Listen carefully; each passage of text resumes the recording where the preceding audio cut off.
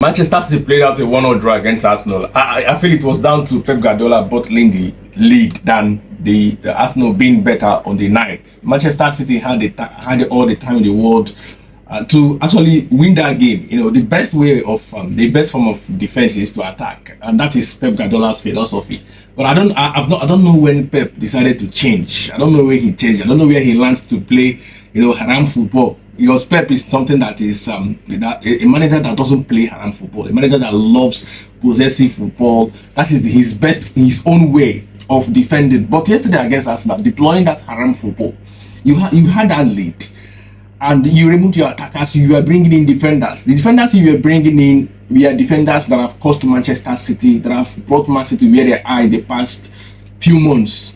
They've won titles for City, but most of them are way past their prime. Nathan Ake and John Stones had no reason to come on yesterday, to come into that game yesterday. You would have brought in attackers. You would have brought in midfielders. You had midfielders on the bench that you would have brought in, not bringing in Ake and John Stones, who lack pace. And that game yesterday was full of pace. Arsenal have young stars. Arsenal have players that are full of energy, full of running. And you are bringing in Ake and John Stones because they are to blame for the goal Gabriel Martinelli scored. That's one thing that have affected Manchester City in the past few months. They don't have pace at the back. In the past couple of games, Pep have decided to start young players that have pace. Nico Reilly and because the Kuzanov, Yoxkovadio, with a mixture of Ruben Diaz, who has the experience, but in terms of pace, he doesn't have. The other three actually have pace.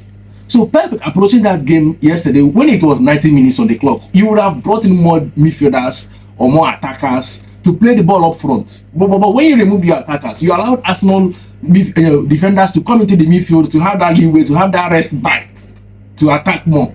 So it was down to Pep Guardiola's tactics, not down to Arsenal's brilliance on the day. Guardiola did everything right, especially from the set piece. City should have won this game, but it's down to Pep Guardiola. It's down to Pep Guardiola, not the players. The players did all they could to get this win for Manchester City. But it was down to Pep's substitution and his tactics, his approach. I know Arsenal are good, but you don't give them those leeway to attack.